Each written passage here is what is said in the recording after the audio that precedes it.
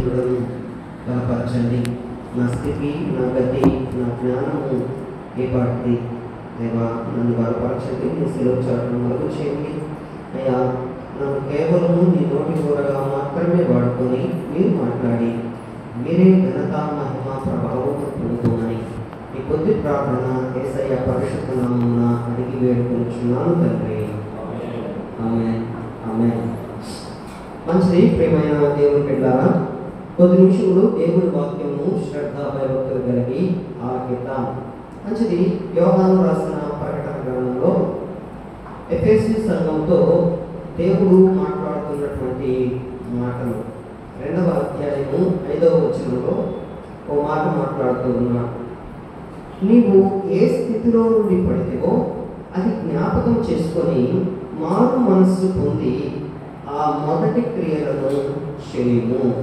మరలా చదువుతున్నాను, జాగ్రత్తగా ఆలకిస్తూ ఆలోచన చేయండి. నీవు ఏ స్థితిలో నుండి పడితేవో అది జ్ఞాపకం చేసుకొని మారు మనసు పొంది ఆ మొదటి క్రియలను చేయుము. ఎఫెసు సంఘానికి దేవుడు ఓ హెచ్చరిక చేస్తా ఉన్నాడు. ఏంటా హెచ్చరిక అని ఆలోచన చేస్తే, మొదట నీకుండిన స్థితి చాలా బాగుంది. ఏమంటున్నాడు? అందరు నా ముఖం వైపు చూడాలి, నా ముఖం మీకు నచ్చినా నచ్చకపోయినా నా ముఖం వైపే చూడాలి. నేను చదవమన్నప్పుడు కలరించి వాక్యం చదివే ప్రయత్నం చేయండి. ఈరోజు నా ముఖం మీకు నచ్చినా నచ్చకపోయినా నా ముఖం వైపే చూడాలి. సరేనా? ఈ సమయంలో ఎవరు ధ్యానంలోకి వెళ్ళకండి, ఎవరో ధ్యానంలోకి వెళ్ళకండి. అందరూ ఇక్కడ వెళ్ళండి. ఎక్కడ ఉన్నాం? ఇక్కడ ఉన్నాం కదా, రైట్. ఎఫెసీ సంఘంతో మాట్లాడుతూ నీకు ఒక విషయాన్ని జ్ఞాపకం చేస్తా ఉన్నాను. నీ మొదటి స్థితి చాలా బాగుంది, చాలా చక్కగా ఉండింది. కానీ ఇప్పుడు ఆ స్థితి నీలో కనిపించట్లేదు. ఇప్పుడు నీలో ఆ స్థితి కనిపించట్లేదు.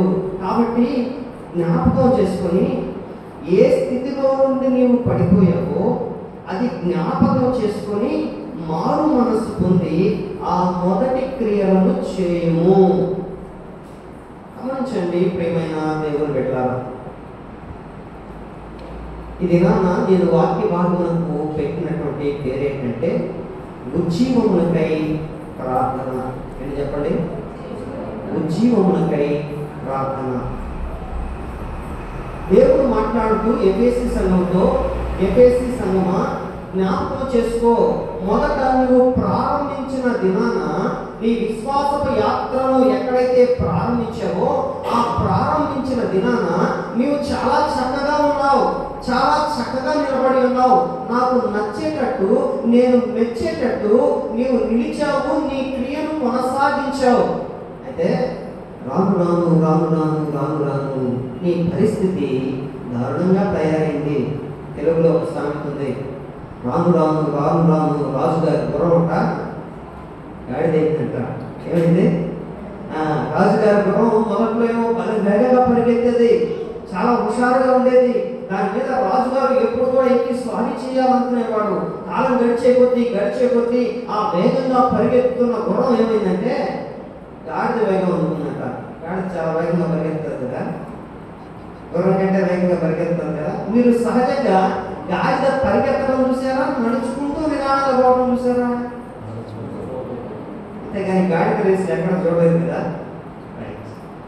సో ఇక్కడ ఎఫెసీ సంఘంతో కూడా మాట్లాడుతున్నటువంటి విషయం ఏంటంటే, నీవు ప్రారంభించిన నీ విశ్వాస యాత్ర ప్రారంభించిన దినాన ఎఫెసీ సంఘమా నీవు చాలా అద్భుతంగా ఉన్నావు, నీ క్రియలు చాలా మంచిగా ఉన్నవి, నేను మెచ్చుకునే రీతిగా ఉన్నవి. కానీ ఆ స్థితి నుండి నీవు కొంచెం కొంచెంగా పడిపోయి ఇదిగో నా ఎదుట నిలబడేసరికి నీ స్థితి ఏమాత్రం బాగలేదు. పరిశీలన చేసుకో. నీవు ఏ స్థితిలో నుండి పడిపోయావో, నీవు ఏ స్థితిలో నుండి వెలుసారిపోయావో ఆ స్థితిలోనికి మరలా రాకపోతే నీకు పనిష్మెంట్ ఉంది, నీకు శిక్ష ఉంది అని ఎఫెసీ సంఘంతో దేవుడు మాట్లాడినట్లుగా ఈ ఉదయకాల సమయమందు మన సంఘంతో కూడా దేవుడు మాట్లాడుతూ ఉన్నాడు. మొదటిగా సంఘంతో మాట్లాడుతూ ఉన్నాడు. పరిశీలన చేసుకుందాం. ఆలోచన చేద్దాం. క్రైస్తవ సంఘాలు ఇది వరకు ఉన్నంత రీతిగా ఇప్పుడు ఉండట్లేదు.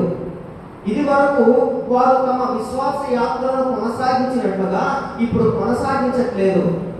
ఇప్పుడు చర్చిలు పెరిగిపోయాయి, ఇప్పుడు చక్కని బిల్డింగ్స్ వచ్చేసాయి, ఇప్పుడు క్రైస్తవులందరూ ఏం పర్లేదు ప్రశాంతంగా ఉన్నాం అన్నటువంటి స్థితికి వచ్చేసి మొదట స్థితిని మర్చిపోయారు. ఏమైపోయారు? మొదటి స్థితిని మర్చిపోయారు. మొదట్లో మీరే ఆలోచన చేసుకోండి. మీ విశ్వాస ప్రారంభ దినాల్లో లేదా ఈ సంఘము ప్రారంభ దినాల్లో ఎంత ఉజ్జీవంగా ముందుకెళ్ళారో, ఎంత కలిసికట్టుగా ముందుకెళ్ళారో.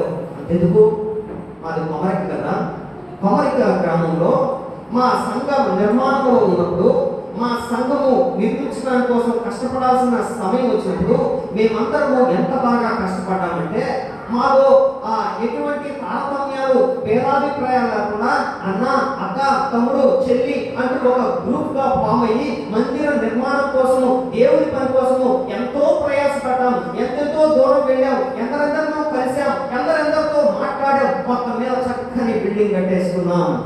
ఏం కట్టేసుకున్నాం? చక్కని బిల్డింగ్ కట్టేసుకున్నాం. ప్రశాంతం అయిపోయింది, హాయి అయిపోయింది. ఇప్పుడు సంఘంలో చూస్తే ఆ దినాల్లో అన్న ప్రేమ లేదు, ఆ దినాల్లో అక్క అన్న ప్రేమ లేదు, ఆ దినాల్లో మామ వెళదాంరా మామ అన్న ప్రేమ లేదు. మామ ఇదిగో పలానా దగ్గరికి పోతే పని అవుతుందంట అని చిన్న పిల్లవాడు చెప్పినా ఆ పిల్లోడు మాటలు నమ్మి పద అని అందరూ కలిసికట్టుగా దేవుని పని నిమిత్తం ముందుకు కొనసాగినటువంటి దినాలు ఇప్పుడు చూడలేకపోతా ఉన్నాం. సంఘము ఎదిగిందా? పతనమైందా? సంఘము ఎదిగిందా? పతనమైందా? భౌతికంగా ఏమో చాలా చక్కగా ఎదిగింది, చూసేదానికేమో చాలా చక్కగా ఉంది, కానీ ఆత్మీయతలో అడుగట్టిపోతున్న దినాలు మనం చూస్తా ఉన్నాం. అది అక్కడి సంఘ పరిస్థితే కాదు, నేటి సంఘాలలో చాలా సంఘాలు, నేటి దినాల్లో చాలా సంఘాల్లో ఉన్నటువంటి పరిస్థితి ఇదే. నేటి దినాల్లో క్రైస్తవులు ఎలా అయిపోయారంటే, క్రైస్తవులు ఏ స్థితికి వచ్చేసారంటే, ఏం పర్లేదు మాకు చక్కని మందిరం ఉంది, ఏం పర్లేదు మాకు అన్ని వసతులు ఉన్నాయి, మేము చక్క ఆ సమయానికి పోయామా, కూర్చున్నామా, వచ్చేసామా. ముందున్న దినాల్లో ఉన్న దేవుని మీద ఆశ లేదు, దేవుని మీద కృష్ణ లేదు, దేవుని పని చేయాలన్నటువంటి ఆశ ఆకాంక్ష తగ్గిపోతా ఉన్నాయి. మునుపటి దినాల్లో దేవుని మందిరానికి సమయానికి వెళ్ళాలి, మునుపటి దినాల్లో నేను చక్కగా పాట పాడాలి, చక్కగా చప్పట్లు కొట్టాలి, చక్కగా దేవుని సన్నిధిలో ఏదైనా పనుంటే చేయాలి అన్నటువంటి ఆశ కోల్పోతూ ఉన్నారు మనుషులు. ఇంతకు ముందు దినాల్లో సువార్త చేయడం కోసము ఎంత గొప్పగా ఫామ్ అయి ఉంటారో, ఇంతకు ముందు దినాల్లో దేవుని పని కోసము ఎంతగా నిలబడి ఉంటారో. కానీ రాను రాను రాను రాను రాను రాను ఉజ్జీవము తగ్గిపోతా ఉంది. రాను రాను రాను రాను లోపల ఉన్నటువంటి స్వయం అనేది పెరిగిపోతా ఉంది. ఇంతకుముందు దేవుని కోసం నిలబడ్డాము, ఇప్పుడు దేవుని పక్కన పెట్టి మన కోసము, మన పేరు కోసము, మన హోదా కోసము నిలబడే పరిస్థితికి క్రైస్తవ సంఘాలు, క్రైస్తవ విశ్వాసులు వచ్చేసారు. కాదంటారా? కాదంటారా? నిజంగా ఈ దినాల్లో క్రైస్తవ సంఘానికి ఉజ్జీవం కావాలి. అప్పుడు అనుకున్నాం ఉద్యోగం వస్తే గొప్ప మందిరం కట్టుకుంటాం అని అనుకున్నాం, ఉద్యోగం వస్తే ఎక్కువ మందిని సంపాదించుకుంటాం అని అనుకున్నాం. కానీ వాస్తవంగా ఆ దినాల్లో ఆ మనుషులలో ఉన్నటువంటి తృష్ణ ఆశ, ఇదిగో ఈ వసతులు వనరులు అన్ని దేవుడు మనకి ఇచ్చిన తర్వాత ఆ ఆశ జనులలో తగ్గిపోతా ఉంది, ఆ ఆశ జనులలో తగ్గిపోతా ఉంది. నిజంగా ఇది పరిశీలన చేసుకోవాల్సిన సమయం, మనల్ని మనము ఆలోచన చేసుకోవాల్సిన సమయం. మనలో ఉజ్జీవం ఉందా? మనలో దేవుని కొరకైన తృష్ణ ఉందా? ఆశ ఉందా? దేవుని కొరకు నేనేం చేస్తున్నాను, దేవుని కొరకు ఏదైనా చేయగలుగుతున్నానా, దేవుని కొరకు ఏదైనా ఆలోచన చేస్తున్నానా, పని చేస్తున్నానా, నాకు అప్పగించబడిన పని లేదంటే దేవుడు నాకు ఇచ్చిన అవకాశాన్ని నేను వాడుకుంటున్నానా లేదా అని మనల్ని మనము పరిశీలన చేసుకుంటే ఎంతమంది దగ్గర చక్కని సమాధానం వస్తుందో, ఎస్ నేను వాడబడుతున్నాను, దేవుని మీద ఆశ నాలో తగ్గిపోలేదు, నాలో సన్నగిపోలేదు, నేను అందరిలాగా కేవలం వచ్చి కూర్చొని వెళ్ళిపోవట్లేదు. దేవుడితో ఆ సత్సంబంధము, దేవుడి మీద ఉన్నటువంటి ఆ ఆశ నాలో తగ్గలేదు అని చెప్పగలిగినటువంటి వారు ఎంతమందిని దేవుడి కొరకు ఏదైనా చేయగలుగుతున్నామా? ధ్యాన్ చంద్ అనేటువంటి గొప్ప హాకీ ప్లేయర్ ఉండేవాడు మన భారతదేశం తరఫున. ఒక దినాన వేరే దేశంతో హాకీ జరుగుతూ ఉంది. ఒక్క గేమ్లోనే భారతదేశ టీం తరఫున ఇంచుమించు 14 గోల్స్ కొట్టాడు ధ్యాన్ చంద్ అనేటువంటి వ్యక్తి. అతని ఆట చూసినటువంటి ఆ ఎదుటి దేశపు ప్రధాని అతన్ని పిలిపించి, ధ్యాన్ చంద్ నువ్వు మా దేశానికి వచ్చేయి, మా దేశం తరఫున ఆడు అని ధ్యాన్ చంద్ను పిలిచాడంట. ధ్యాన్ చంద్ను పిలిచినప్పుడు ధ్యాన్ చంద్ అన్నాడు, లేదు లేదు, నేను కేవలం నా దేశం కోసం, ఇండియా కోసం మాత్రమే నేను ఆడతాను అని ధ్యాన్ చంద్ అన్నాడు. అప్పుడు అవతల వ్యక్తి, అవతల ప్రధాని అన్నాడు, అయ్యా నీ దేశం కాడితే నీకేమిచ్చింది? నీ దేశము నీకేమిచ్చింది? నీ దేశం నీకు సరైన వసతులు ఇవ్వలేదు, నీ దేశంలో నీకు మంచి పేరు లేదు, కానీ నువ్వు నీ దేశం కోసం ఎంత చక్కగా ప్రాణం పెట్టాడుతున్నావంటే నీ దేశం నిన్ను గుర్తించలేదు. ఏమిచ్చింది నీ దేశం? నా దేశానికి వచ్చే నేను ఇస్తానంటే ధ్యాన్ చంద్ దేశం గురించి ఒక మాట అన్నాడంట. ఏమన్నాడంటే, నా దేశము నాకు ఏమిచ్చింది అనేది కాదు, నా దేశానికి నేనేమిచ్చానా అనేదే నాకు ప్రాముఖ్యం అన్నాడట. ఏమన్నాడు? నా దేశము నాకేమిచ్చింది అనేది ప్రాముఖ్యం కాదు, నా దేశానికి నేనేమిచ్చాను అన్నదే నాకు ప్రాముఖ్యం అని ధ్యాన్ చంద్ అన్నాడు. ప్రియమైన దేవుడు బిడ్డారా, ఆలోచన చేద్దాం ఒకసారి. మనము అనుభవిస్తున్న సమస్తము దేవుని కృప వల్లనే పొందుకున్నాం. అవునా? మనం ఈ లోకానికి వచ్చేటప్పుడు ఏమైనా తీసుకొచ్చామా? ఏమీ తీసుకురాలేదు. ఈ లోకంలో మనకున్న సర్వము సమస్తము దేవుని ప్రేమ ద్వారా, ఆయన కృప ద్వారానే మనము పొందుకున్నాం. మనకు కలిగింది సమస్తము ఆయనే మనకు అనుగ్రహించాడు. అయితే తిరిగి దేవుని కోసము ఏదైనా ఆలోచన చేస్తున్నామా? దేవుని కోసము ఏదైనా కష్టపడుతున్నామా? ఆలోచన చేద్దాం. మన ఆధ్యాత్మిక జీవితము రాను రాను సన్నగిలిపోతా ఉంది. చాలా మందిలో అది కేవలము యాంత్రికంగా అయిపోయింది. ఆత్మీయ జీవితం యాంత్రికంగా అయిపోయింది. పాస్టర్ గారు ప్రార్థన పెడతారు కాబట్టి నేను ప్రార్థనకి కూర్చొని వచ్చేయాలి అన్నటువంటి స్థితికి ఇలాంటి విశ్వాసులు వచ్చేస్తా ఉన్నారు. లోపల ఆశ లేదు, తృష్ణ లేదు. ఆలోచన చేద్దాం. గమనించండి ప్రియమైన దేవుని బిడ్డలారా, నిజంగా ఆత్మీయ జీవితంలో ఉజ్జీవం కలిగిన వ్యక్తిలో ఈ 5 విషయాలు కనిపిస్తాయంట. ఈ 5 విషయాలు మనలో ఉన్నవో లేదో మనము పరిశీలన చేసుకుందాం. ఈ 5 విషయాలు నీ జీవితంలో ఉంటే నువ్వు నిజంగా ఆత్మీయ జీవితంలో రగిలింపబడుతున్నటువంటి వ్యక్తివే, ఆత్మీయ జీవితంలో మండుతున్నటువంటి వ్యక్తివే. ఈ విషయాలు నీ జీవితంలో కానీ లేకపోతే నువ్వెక్కడో దారి తప్పేశావు. నీలో ఆత్మీయ ఉజ్జీవము లేదు. మొదట నీకున్న స్థితి, నీవు ప్రారంభించిన దినాన ఉన్న ఆత్మీయత, ఆ ఉజ్జీవము నీలో లేదు. ఆలోచన చేసుకుందాం. మొట్టమొదటి విషయం మార్కు సువార్త 12వ అధ్యాయము 30వ వచనాన్ని చదువుదాం. మార్కు సువార్త 12వ అధ్యాయం 30వ వచనం. నీవు నీ పూర్ణ హృదయంతోను, నీ పూర్ణ ఆత్మతోను, నీ పూర్ణ వివేకంతోను, నీ పూర్ణ బలంతోను నీ దేవుడైన ప్రభువును ప్రేమింపవలనదే ప్రధానమైన ఆజ్ఞ. గమనించండి, మొట్టమొదటి విషయం, దేవుని ఈ లోకంలో అన్నిటికంటే దేవుణ్ణి ఎక్కువగా ప్రేమించే స్వభావం మనకుందా? మొట్టమొదటి విషయం, అన్నిటికన్నా దేవుడు నిన్న అన్నటువంటి ఆ బుద్ధి మనకుందా అని ఆలోచన చేయాలి. దేవుణ్ణి ఎలా ప్రేమించాలి, ఎలా ఆరాధన చేయాలంటే మన పూర్ణ హృదయంతోనూ, పూర్ణ ఆత్మతోనూ, పూర్ణ వివేకంతోనూ మన దేవుణ్ణి మనము ఆరాధన చేయాలి అని పరిశుద్ధ లేఖనం మనకు తెలియజేస్తా ఉంది. ఆలోచన చేసుకుందాం. మన జీవితంలో మన మొట్టమొదటి ప్రాధాన్యత దేవునికి ఇస్తున్నామా లేదా?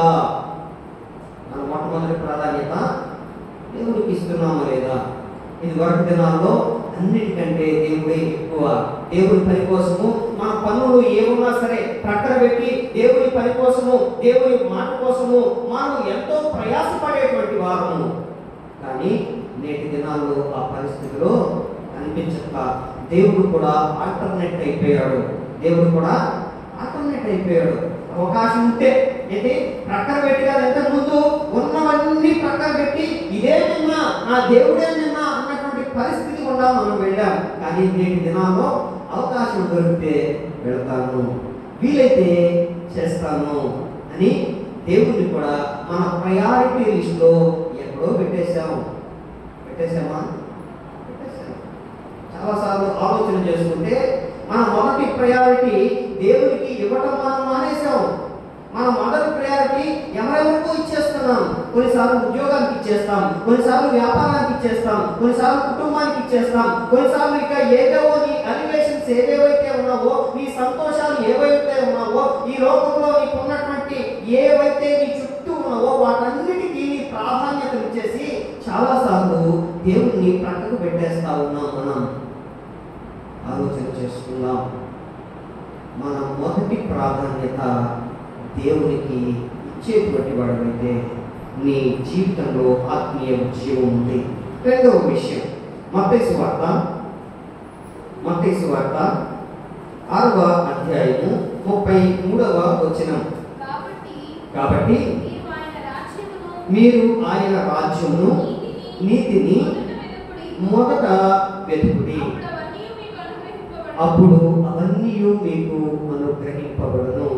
మొట్టమొదటి విషయం ఏంటంటే మన ప్రాధాన్యత దేవునికి ఇవ్వటం మొదటి విషయం అయితే, మన ఆత్మీయ జీవితంలో మనము జీవిస్తూ ఉన్నాం, మనము బ్రతికి ఉన్నాం, మనము మండుతూ ఉన్నాం అనేదానికి రెండవ గుర్తు ఏంటంటే మన ప్రయారిటీలో మొదటి ప్రయారిటీ దేవుడికి ఇస్తే, రెండవది మనం ఈ లోకంలో దేవుడి దగ్గర వెతికేటువంటి విషయాల్లో ఆయన రాజ్యము నీతి మీద మన మొదటి కాన్సన్ట్రేషన్ ఉంటుంది. ఏముంటది? ఏం వెతుకుతున్నాము? ఏం ఆయన రాజ్యము నీతిని వెతకండి అని యేసుక్రీస్తు ప్రభు మనకు బోధించినట్లుగా మత్తయి సువార్త 6వ అధ్యాయం 33వ వచనంలో మనము దేవుడి రాజ్యమును నీతిని వెతికేటువంటి వారమై ఉండాలి. ఒకవేళ బహుశా మనము మోకరిస్తే, మనము ప్రార్థన చేస్తే, దేవుడి దగ్గరే అడిగితే ఏమడుగుతా ఉన్నాం? దేవుడి రాజ్యం కొరకు ఆయన, అయ్యా నీ నీతి కావాలి, అయ్యా నీ గుణలక్షణాలు నాకు కావాలి, నీవు బ్రతికినట్లు నేను బ్రతకాలి, అయ్యా నీ నిత్య రాజ్యంలో సంపాదించుకుంటావు, ఈ లోకంలో నా జీవితంలో నేను ప్రాక్టీస్ చేయాలి, అలా బ్రతకగలగాలి అన్నటువంటి నిశ్చయత మన జీవితంలో ఉందా? ఏం వెతుకుతున్నాం మనం? నీకు ఇవ్వబడిన ఒక దినంలో 24 గంటల్లో నీ ప్రాధాన్యత, నీ వెతుకులాట దేని మీద ఉంది? మిగతా వెతకొద్దని కాదు, పని చేసుకోవద్దనేది కాదు నా ఉద్దేశము. కానీ మనము ఈ లోక సంబంధమైనటువంటి వారు కాదు, మనం ఈ రాజ్యానికి చెందిన వారు కాదు. మన రాజ్యం సపరేటు, మనము పరవాసులము, అక్కడ మనకు స్థిరవాసం ఉంది అని బైబిల్ గ్రంథం మనకు బోధిస్తుంది. మేము క్రైస్తవము, ఈ లోకానికి సంబంధించినటువంటి వారు కాము, మేము నిత్య జీవములకు, నిత్య రాజ్యములకు సంబంధించినటువంటి వారు అని మనం కూడా చెప్పుకుంటాం కదా. అయితే మన జీవన ప్రయాణంలో ఈ రోజులో ఉన్నటువంటి 24 గంటల్లో ఎంత సమయము దేవుని రాజ్యముల గురించిన విషయాలు, దేవుని నీతికి సంబంధించిన విషయాల మీద మన దృష్టిని కేంద్రీకరిస్తా ఉన్నాం? దేని కోసం వెతుకులాడుతున్నాం? దేని కోసం వెంటబడుతూ ఉన్నాం? మనం అసలు ఆలోచన చేస్తున్నామా? ఎంత సమయాన్ని దేవునికి ఇస్తున్నాం? అయ్యా నీ నీతిని నాకు దయచేయ్యా, అయ్యా నీ నీతి మార్గంలో నేను నడవాలయ్యా, నిన్ను పోలి నేను నడుచుకోవాలయ్యా, నిన్ను అనుసరిస్తూ నేను నడుచుకోవాలయ్యా అన్నటువంటి ఆశ, ఆకాంక్ష మనకుందా? కేవలం లోక సంబంధమైన విషయాల మీదే మనం ఫోకస్ పెట్టేస్తా ఉన్నాం. పెట్టొద్దనేది నా ఉద్దేశం కాదు. అయితే కేవలము వాటినే వెతుక్కుంటూ ఆ పైన చూడటం మానేస్తా ఉన్నాం, ఆ నిత్య రాజ్యం వైపు చూడటం మానేస్తా ఉన్నాం. మనమేమో మాటలు చెప్పడానికి అది నా రాజ్యం అంటా ఉన్నాం, కానీ ఆ రాజ్యం వైపు మన కన్నులెత్తైనా చూడటం లేదు. దేవుడు ఈ లోకంలో మనకు అవసరమైన భౌతిక అవసరాలను తీరుస్తున్నాడు, మనకు కావలసిన సమస్తము దయచేస్తున్నాడు. కానీ వీటిని వెతుక్కుంటేనే సరిపోతుంది, కానీ వీటిని అనుగ్రహిస్తున్న ఆ లేదు. ఆయన రాజ్యమును ఆయన నీతిని మనము వెతకడం మరిచిపోయాము. చిన్న కథ చెప్తాను. ఓ రాజు గారు అంతఃపురం మీద అటు ఇటు తిరుగుతా ఉన్నట్ట. ఒక పేదవాడు ఆ అంతఃపురం కిందకు వచ్చి అక్కడ ఎవరినో సహాయం అడుగుతా ఉన్నాడట. ఎవరినో సహాయం అడుగుతా ఉంటే రాజుగారు అంతఃపురం మీద చూశాడు.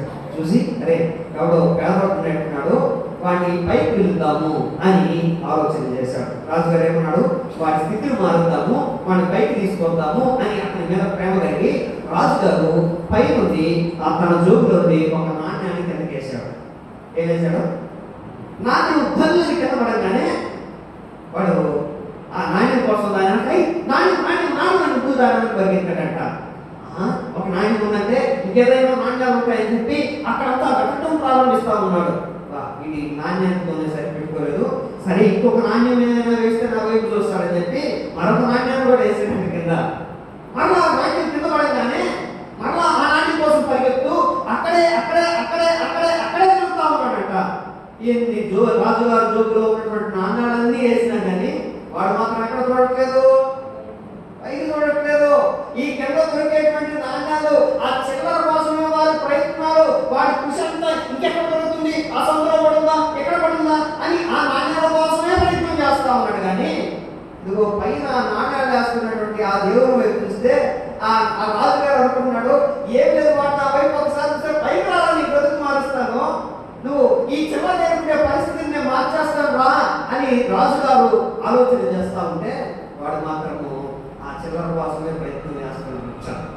రాజుగారు చూసి వీడి నా చూడటని చెప్పి నా వైపు పైకి చూడట్లేదని చెప్పి ఒక రాయి తీసుకొని పెడేరు పది వేసుకుంటే అబ్బా అని రాజుగారు. గమనించండి ప్రియమైన దేవుని పెట్టారా, ఏం వెతుకుతా ఉన్నాం? ఒకవేళ మోకరించి ప్రార్థనకు నిలబడితే ప్రార్థనలో కూడా కేవలము భౌతికమైన అవసరతలతోనే మన ప్రార్థన అంతా నిండిపోతా ఉంది. అవునా? మన ప్రార్థన అంతా ఒకవేళ ఉదయం లేచినప్పుడు నుంచి ఉదయం లేచి ఏం ప్రార్థన చేస్తాం తెలుసా? రాత్రి అంతా కాపాడుకున్నాం, ఈరోజు అంతా కాపాడుకో, దేవుడికి డ్యూటీ చేసేస్తున్నాం. ఓకేనా? కానీ అయ్యా నేను ఆత్మలో ఉజ్జీవింపబడాలి, నీ పరలోక సత్యాలను నేను తెలుసుకున్న నీ వాక్యాన్ని బట్టి నేను బ్రతకాలి, నేను నీతిమంతుడిగా మారాలి, నీ నీతిని నేను సంపాదించుకోవాలి, అయ్యా నీ స్వారూప్యంలోకి నేను మారాలి, నేను ఈ రాజ్యవాసిని కాదు, నేను పరలోకవాసిని, ఆ జీవితం నాకు దయచేయి అని ఆత్మీయమైనటువంటి విషయాల మీద మన యొక్క దృష్టి, మన యొక్క ఫోకస్ లేనే లేదు. నిజంగా నీలో ఆత్మీయ ఉద్యమం ఉంటే దేని వైపు చూస్తావు? దేనికోసం వెతుకుతావు? దేవుని రాజ్యం కోసము, ఆయన నీతి కోసము వెతుకుతావు. జాన్ బన్యన్ గారు రాసినటువంటి యాత్రికుని ప్రయాణం అనే పుస్తకంలో ఓ సంఘటన రాశాడు ఆయన. ఆ పుస్తకంలో ఏం రాస్తాడంటే, ఆ యాత్రికుడు ప్రయాణం చేస్తా పోతా ఉంటే ఆయనకు ఒక దృశ్యం కనిపించింది. ఏంటి ఆ దృశ్యం అంటే, ఒక వ్యక్తి ఓ పెద్ద డస్ట్బిన్ అంటే డిబ్బ, ఓ పెద్ద దెబ్బ ఉంటుంది, చాలా గలీస్తుంది. ఆ దెబ్బగుంట్లోకి ఆ వ్యక్తి పోయి ఆ దెబ్బగుంటున్నట్టు వెతుకుతా ఉన్నాడు, చెత్త అంతా తీసి బయటేస్తా ఉన్నాడు, రోడ్తా ఉన్నాడు, మొత్తం తను చూసుకొని అంతా గందరగోళంగా బతుకుతా ఉన్నాడు. ఈ ప్రయాణం చేస్తున్న ఈ యాత్రికుడికి అర్థం కాలేదు. చాలాసేపు చూశాడు, ఎందుకు ఈ దిబ్బని ఈ వ్యక్తి ఇలా జల్లెడ పడతా ఉన్నాడు, దేనికోసం జల్లెడ పడతా ఉన్నాడు అని ఆ యాత్రికుడు అన్నాకి, అయ్యా ఎందుకోసము ఈ దిబ్బనంతా నువ్వు వెతుకుతా ఉన్నావు, ఎందుకంతా దీన్ని జల్లిస్తా ఉన్నావు, ఏంటి కథ అంటే, అప్పుడు అతను ఏమన్నాడంటే ఎంత పెద్ద దెబ్బలో ఎవరైనా ఎంత చిన్న బంగారు మొక్క పారేసుకుంటున్నాడు కదా, ఎంత పెద్ద దెబ్బలో ఎంత చిన్న బంగారు మొక్క ఎవరో పారేసుకుంటున్నాడు కదా, ఒకవేళ ఆ బంగారు మొక్క నాకు దొరకకపోతా అని ఇంత పెద్ద దెబ్బని నేను వెతికేస్తా ఉన్నాను అన్నాడట. ఓకే, నీ ప్రయాస ఇదా అనుకుంటూ జస్ట్ ఆ వీధి మూలకు తిరగగానే ఓ పెద్ద దేవదూత ఓ మంచి స్వర్ణ కిరీటాన్ని చేతిలో పట్టుకొని ఆ కారణంలో నిలబడుకోనుంది. దేవదూత ఆ కారణం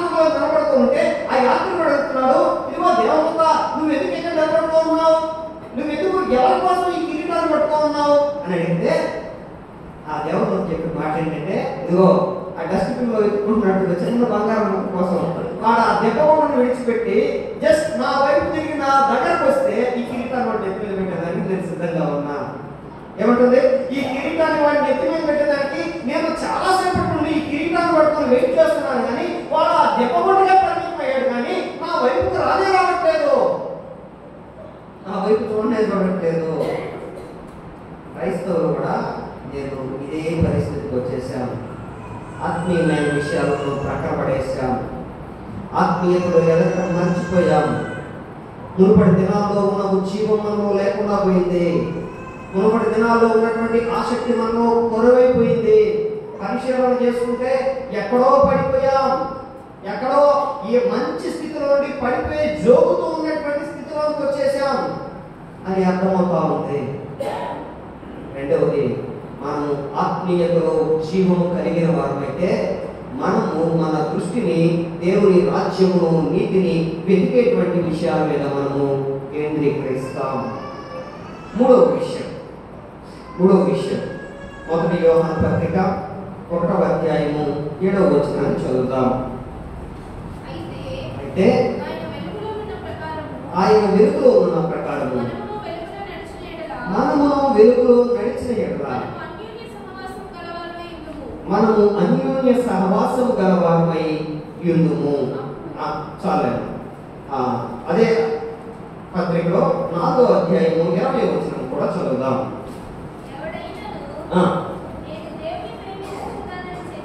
నేను దేవుణ్ణి ప్రేమించుచున్నానని చెప్పి తన సహోదరుని ద్వేషించిన ఎడల వాడు అబద్ధికుడగును. చాలేమా.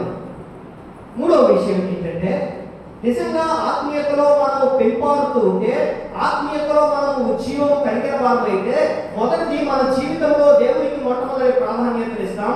రెండవది ఆత్మీయమైన విషయాల మీద మనం గురి కలిగి ఉంటాము. మూడవది మన సహోదరులను ప్రేమించేటువంటి మనస్సు కలిగిన వారమై ఉంటాం. ఏం చేస్తాం? మూడవది ఏం చేస్తాం? ఇతరులను ప్రేమించే మనసు కలిగి ఉంటాం. ఈ కాలంలో ప్రపంచమంతా దేని కోసం వెతుకుతుందంటే ప్రేమించే వారి కోసం వెతుకుతా ఉంది. క్రైస్తవం యొక్క మూల పునాది సిద్ధాంతం ఏంటంటే ప్రేమే. యేసు ప్రభు చెప్పాడు. యేసు ప్రభు ఎవరట? ప్రేమ స్వరూపి.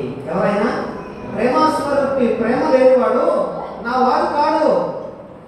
దేవుణ్ణి ప్రేమిస్తున్నానని చెప్పి తన సహోదరుని ద్వేషిస్తున్న వాడు ఉంటే వాడు నిజంగా అబద్ధికుడు.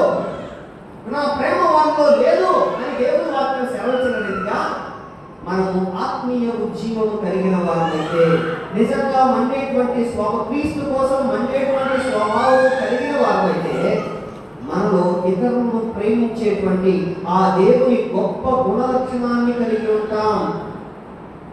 ఈ దినాల్లో పక్కింటోడితో తగ్గువే, ఎదురింటోడితో తగ్గువే,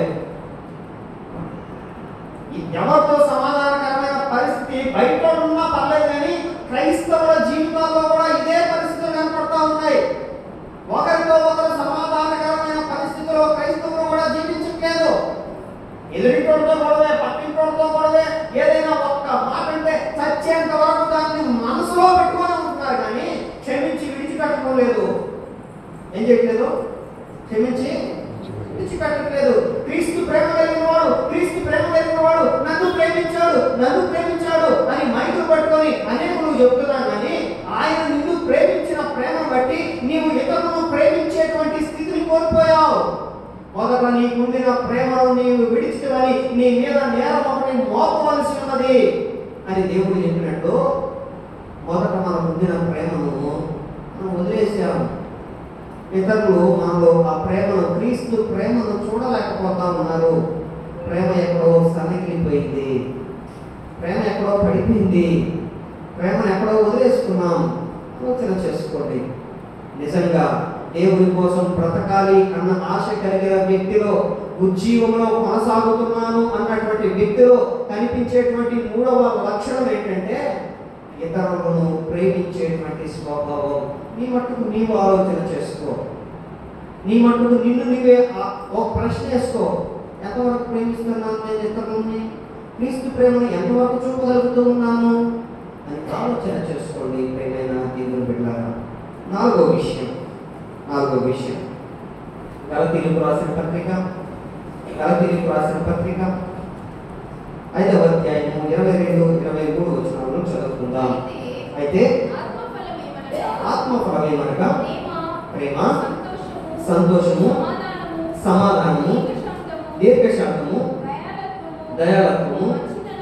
చాలమ్మా, అక్కడ ఆత్మఫలాలు 9 ఆత్మఫలాల గురించి రాయబడి ఉన్నది. గలతీ సంఘానికి అపోస్తుడైన పౌలు పత్రిక రాస్తూ, ఇదిగో దేవుడు ఈ ఆత్మఫలాలు మన జీవితంలో ఉండాలి అని ఆశపడుతున్నాడు. నిజమైన క్రైస్తవం మనమైతే ఇదిగో ఈ ఆత్మఫలాలు మన జీవితంలో కనిపిస్తాయి. ఏమేమి ఆత్మఫలాలు చెప్పండి? ఇప్పుడు చదువుకోండి.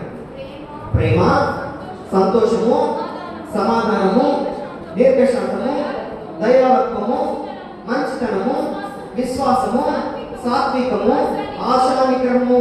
ఈ 9 ఆత్మఫలాలు, ఈ 9 దేవుని గుణ లక్షణాలు మనలో కూడా కనిపించాలని, మనం కూడా కలిగి ఉండాలని దేవుడు ఆశపడతా ఉన్నాడు. మన జీవితం నుండి దేవుడు కోరుకున్నటువంటి ఫలాలు ఇవి. మన జీవితంలో మనము ఫలించాల్సిన ఆత్మ ఫలాలు. నిజంగా దేవుణ్ణి వెంబడిస్తూ ఉంటే, దేవుడు ఆశించిన స్థితిలో నీవు ఉంటే, నీ జీవితంలో ఈ ఆత్మ ఫలాలు కనిపిస్తాయి.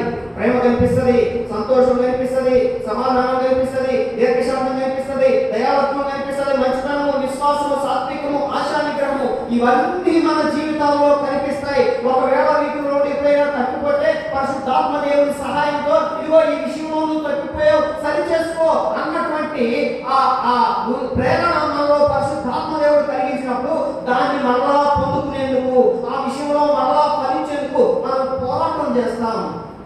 ఎప్పుడు మొదటి స్థితిలో దేవుడు మెచ్చుకునే స్థితిలో ఉంటే, పడిపోయిన స్థితిలో ఉంటే ఇవి మన జీవితంలో కనిపించవు. ఇప్పుడు నేను 4 విషయాలు మీకు చెప్పాను. ఏం చెప్పాను? మొట్టమొదటిది అన్నిటికన్నా దేవుణ్ణి ఎక్కువగా, లేదంటే మొదటి ప్రాధాన్యత దేవునికి ఇచ్చేటువంటి వారమై ఉంటాం. రెండవది ఆయన రాజ్యమును, నీతిని వెతికేటువంటి వారమై ఉంటాం. మూడవది సహోదరులను ప్రేమించేటువంటి వారమై ఉంటాం. నాలుగవది ఆత్మీయ ఫలములను ఫలించేటువంటి వారమై ఉంటాం. ఐదవది వ్యక్తిగత జీవితంలో కానీ, సంఘ జీవితంలో కానీ ఆత్మశక్తి, ఆత్మ నింపుదల కలిగిన వారమై ఉంటాం. ఏమంటారు? ఆత్మశక్తి, ఆత్మ నింపుదల కలిగిన వారమై ఉంటాం. అపోస్తుల కార్యము 1వ అధ్యాయము 18వ వచనం.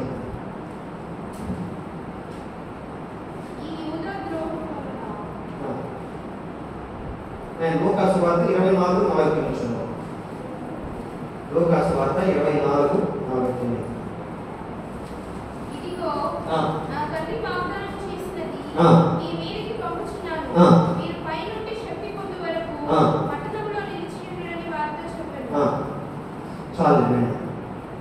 ఐదవ విషయము, నిజంగా ఆత్మీయ ఉజ్జీవము కలిగిన వ్యక్తులమైతే మనము దేవుని ఆత్మ చేత నింపబడిన అనుభవము, దేవునితో ఆ సత్సంబంధం కొనసాగుతున్న అనుభవము, దేవునితో మనం ప్రార్థన చేసినప్పుడైనా, వాక్యము విన్నప్పుడైనా దేవుడు నాతో మాట్లాడాడు, దేవునితో నేను మాట్లాడుతున్నాను అన్నటువంటి ఆ నింపుదల, దేవునితో కలిగిన ఆ సంబంధము, ఆ దేవునితో నేను ఈ దినాన్ని గడిపాను, నా జీవితానికి మేలైంది అన్నటువంటి ఆ ఆత్మశక్తి నింపుదల కలిగిన వారమై ఉంటాం. ఎంతకాలమైంది దేవుడు నాతో మాట్లాడాడు, నేను దేవుని ప్రసన్నతను అనుభవించాను, దేవునితో నేను అదుపు వేయబడ్డాను, కనెక్షన్ చేయబడ్డాను. ఈ దినాన దేవుడు నాతో మాట్లాడాడు, నేను దేవునితో మాట్లాడాను, దేవుని సన్నిధిలో దేవుని ఆత్మను పొందుకున్న అనుభవం నాకు కలిగింది. ఎంతకాలమైంది మన జీవితంలో కేవలము ఆచార భక్తికే పరిమితమైపోయాం. వచ్చామా, వెళ్ళామా. మనం చెప్తాం ఆయన మాట్లాడే దేవుడు, మనం చెప్తాం ఆయన మనలో నివసించే దేవుడు, మనం చెప్తాం ఆయన మనలో ఉండేటువంటి వాడు, మనం చెప్తాం ఆయన సరిచేసేటువంటి వాడు, మనం చెప్తాం ఆయన మన మీద దిగి వచ్చేటువంటి వాడు అని. దేవుడితో ఈ సంబంధం, ఈ అనుబంధం కలిగి నీకు ఎంతకాలం అయింది? ప్రారంభ దినాల్లో పరిశుద్ధాత్మ సహాయం కోసం ఎంతగా ప్రార్థన చేసేటువంటి వారము, ఎంతగా దేవుని మీద ఆధారపడేటువంటి వారము. అయ్యా నీ శక్తి చేత నింపయ్యా, నీ ఆత్మను దయచేయ్యా అని దేవుని ఆత్మశక్తి చేత నింపబడే అనుభవం కోసం ఒక వ్యక్తి ఇలా అన్నాడు, ప్రార్థన మన అవసరతల కోసం దేవుని దీవెనల కోసం ప్రార్థన చేస్తున్నారంట, కానీ ఇది దేవుని దీవెనల కోసం ప్రార్థన చేస్తున్నారు, కానీ దీవెనలు దయచేసే దేవుని కోసం ప్రార్థన చేయలేదట. ప్రార్థన ఎలా అయితే దేవుని దీవెనల కోసమే ప్రార్థన చేస్తున్నాం, ఆ దీవెనలు దయచేసే దేవా నీవే నాకు కావాలి అన్నటువంటి ఆశ లేకుండా పోయింది. కీర్తనకారుడు అంటాడు, దుప్పి నీటి వాగుల కొరకు ఆశపడినట్లు దేవా నీ కొరకు నా ప్రాణము తృష్ణపడుచున్నది, ఆశపడుచున్నది అని కీర్తనకారుడు అన్నట్లు మనము దేవుని దేవా నీవు కావాలయ్యా, నిన్ను నేను అనుభవించాలయ్యా, నీ ప్రసన్నతను నేను పొందుకోవాలయ్యా, అయ్యా నీవు నన్ను దర్శించిన అనుభవం నాకు కావాలి అన్నటువంటి ఆశ లేదు. అటువంటి అనుభూతిని పొంది నీకు ఎంతకాలం అయిపోయిందో.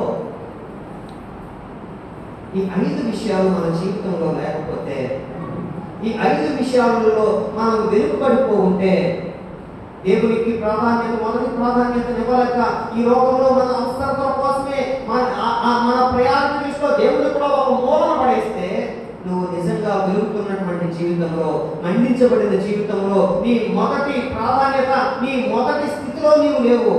రెండవది, మనము వేటి కోసం వెతుకుతున్నాం ఈ లోకంలో, దేవుని యొక్క దేని కోసం వెతుకుతూ ఉన్నాం? మనం వెతికేది మొట్టమొదటిగా ఆయన రాజ్యమును నీతిని ఉండాలి. ఆయన రాజ్యమును నీతిని వెతికేటువంటి మనసు అవి ఎక్కడో పడేస్తే మనం దారి తొలగిపోయాం. మొదటి స్థితిలో నుండి ఎప్పుడో మనము పడిపోయాం. దేవుడు చూపిన ప్రేమను ఇతరుల వైపు మనం చూపలేకపోతా ఉంటే, దేవుడు మనల్ని ప్రేమించిన రీతిగా మనం ఇతరులను ప్రేమించలేకపోతా ఉంటే, కేవలం మాటతో మాత్రమే మన ప్రేమ ఉంటే, క్రియల్లో మన ప్రేమ చూపలేకపోతే, మనము మొదట ఉన్న స్థితిని పోగొట్టుకున్నాం, మొదట ఉన్న స్థితిలో నుండి పడిపోయాం. నాలుగవది, ఆత్మీయ ఫలాల మీద మన ఆలోచనలు ఎన్ని లేకపోతే, దేవుడు నా యొక్క నుండి ఇదిగో ఈ ఆత్మీయ ఫలాలను కోరుకుంటున్నాడు అన్నటువంటి స్పృహ మనకు లేకపోతే, వాటిని నేను ఫలించాలి, నా జీవితంలో అవి కల్పించాలి అన్నటువంటి ఆలోచన మనకు లేకపోతే, మన మొదటి స్థితిని మనము కోల్పోయాం. ఐదవది, దేవుని ఆత్మ చేత సంధించబడిన అనుభవము, దేవుని ఆత్మ చేత నింపబడిన అనుభవము, దేవుణ్ణి పొందుకున్న అనుభవము మన జీవితాల్లో కరువైపోతా ఉంటే, పరిశీలన చేసుకోండి. మీకు మీరు ఎంతకాలమైంది ఈ అనుభవాల కూడా నీ వెళ్ళి? ఎంతకాలమైంది ఇటువంటి ఆత్మీయ జీవితం కోసం, ఇటువంటి ఆత్మీయ జీవితమును నీవు అనుభవించి? ఆలోచన చేసుకోండి. ఈ 5 విషయాల్లో నువ్వు తప్పిపోయి ఉంటే, నీవు ఆత్మీయ జీవము చల్లారిపోయిన స్థితిలోకి వచ్చావు. అందుకే అంటాడు ప్రకటన గ్రంథము, అలా ప్రకటన గ్రంథంలో కొడతాం. ప్రకటన గ్రంథము 3వ అధ్యాయము 1వ వచనం. సార్దీస్‌లో ఉన్న సంఘపు దూతకు ఇలాగు రాయుము, 7 నక్షత్రములు దేవుడు 7 ఆత్మలు గలవాడు చెప్పు సంగతులేవనగా, నీ క్రియలను నేను ఎరుగుదును. ఏమనగా, జీవించుచున్నావన్న పేరు మాత్రం ఉన్నది కానీ నీవు మృతుడవే. ఏంటట? జీవిస్తున్నావన్న పేరు మాత్రమే ఉంది కానీ నీలో దేవుడు ఆశించినవి లేకపోతే నీవు మృతుడవే అని ఆ సంఘంతో దేవుడు మాట్లాడినట్టు మన జీవితంలో కూడా ఇవి లేకపోతే, ఆత్మీయతలో మనం ఎప్పుడో చల్లారిపోయాం, ఆత్మీయతలో మనం ఎప్పుడో అడిగడిపోయాం, మనలో ఆత్మీయ జీవం లేకుండానే పోయింది. మనం కేవలం ఈ భౌతికమైన ఇవి చూసుకొని నా స్థితి బాగుందలే, నా పరిస్థితి బాగుందలే అని అంతరంగంలో మనలో ఉన్న ఆత్మ దేవుని కోసం పరితపిస్తుంటే, ఆ పరితాపమును మనము నొక్కివేసి ఈ భౌతికంగా జనరల్గా జరిగే ఈ కార్యక్రమాలతోనే సంతృప్తి పడిపోతూ నేను బాగున్నాను, నేను బాగున్నాను, నేను బాగున్నాను అన్నటువంటి స్థితిలోనికి, ఆచార భక్తిలోనికి మనం వచ్చేస్తా ఉన్నాం. ఆలోచన చేసుకోండి ప్రియమైన దేవుని బిడ్డలారా, ఎంతకాలమైంది ఎంతకాలమైంది ఆశ కలిగి, దేవుని మీద ఆశ కలిగి, ఎంతకాలమైంది దైవికమైన విషయాల మీద మన మనసు పెట్టి, ఎంతకాలమైంది మన ప్రేమను ఇతరులకు చూపించి ఆలోచన చేసుకున్నాం. ఇది లేకపోతే మనలో ఆత్మీయ జీవం లేదు, మనలో ఆత్మీయ దాహము ఎప్పుడో ఆ విషయాన్ని మనం ప్రక్కకి నెట్టి వేసాం. సాతాను కల్పించేటువంటి భ్రమలో అతి ప్రాముఖ్యమైన భ్రమ ఏంటంటే, ఏం పర్లేదు, you are perfect, you are always right, నువ్వు సరైన స్థితిలోనే ఉన్నావు అని మనకు కల్పించే ఒక భ్రమలో, సాతాను కల్పించే భ్రమ, ఏం పర్లేదు, నువ్వు బాగున్నావు, ఇదిగో అసలు చూడు అక్కడంటే నువ్వు బాగున్నావు, ఇదిగో ఏమని చూడు ఏమంటే నువ్వు బాగున్నావు అని నీ అంతరంగంలో నిన్ను నీవు పరిశీలన చేసుకోకుండా మనల్ని సాధారణ చేసేటువంటి పని ఏంటంటే, ఇతరులతో పోల్చుకొని ఏం పర్లేదు, ఆత్మీయంగా నువ్వు చాలా బాగున్నావు, ఏసవ కంటే నేను చాలా బాగున్నాను,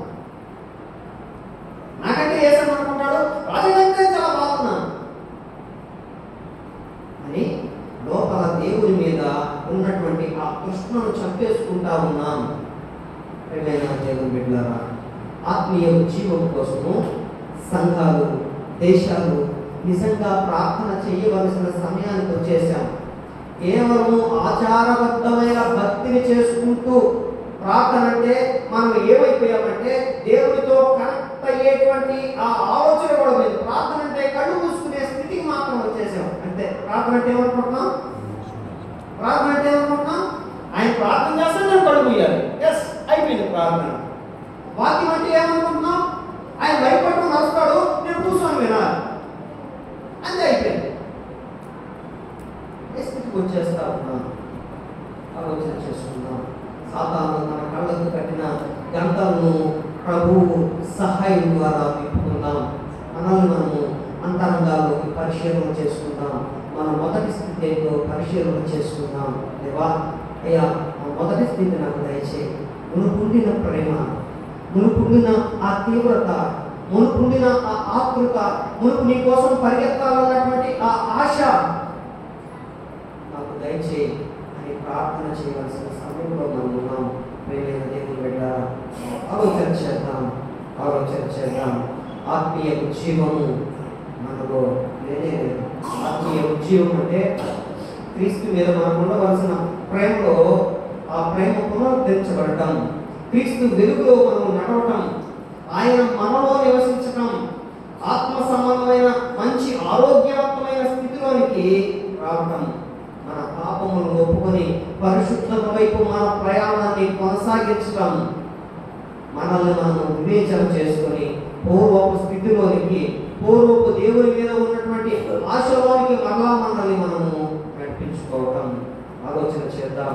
గత స్థితిని నీవు మర్చిపోతే, గత స్థితిని నీవు విడిచిపెడితే, నీకు ముందున్నటువంటి మంచి స్థితిలో నీవు పడిపోయి దేవుని యొక్క నిలబడలేనటువంటి స్థితిలోకి నువ్వు వస్తే ఆలోచన చేయి.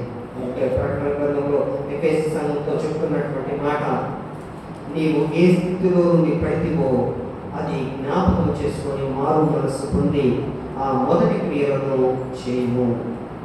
అటు చేసి నీవు మారు మనసు పొందితేనే సరే, వేరేటప్పుడు నేను నీ యొద్దకు వచ్చి నీ దీపస్తంభమును దాని చోటు నుండి తీసివేతును. ప్రియమైన దేవుని బిడ్డలారా, నేను ముగింపులోకి వస్తున్నాను. ఆలోచన చేయండి. ఎఫెసీ సంఘంతో పరిశుద్ధాత్మ దేవుడు సెలవిచ్చిన రీతిగా మనతో కూడా సెలవిస్తా ఉన్నాడు. ఏ స్థితిలో నుండి పడిపోయావో, కొనుకు నీకున్న దేవుని మీద ఆశ ఏంటో, కృష్ణ ఏంటో, అది నీకుందో లేదో పరిశీలన చేసుకో. ఒకవేళ ఆ కృష్ణ, ఆ ఆశ, ఆ ప్రేమ నీలో సన్నగిలిపోతే, దేవా నాకు అర్థమైంది, నన్ను బలపరచండి.